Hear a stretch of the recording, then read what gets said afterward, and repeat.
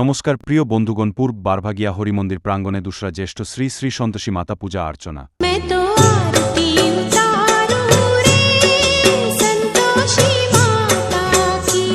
তেসরা জ্যেষ্ঠ মহাপ্রভুর ঘট উত্তোলন। চৌঠা জ্যেষ্ঠ মনোরঞ্জন সাংস্কৃতিক অনুষ্ঠান। পঞ্চম জ্যেষ্ঠ সামাজিক যাত্রাপালা। আজকে বাবার ফাঁসির দিন।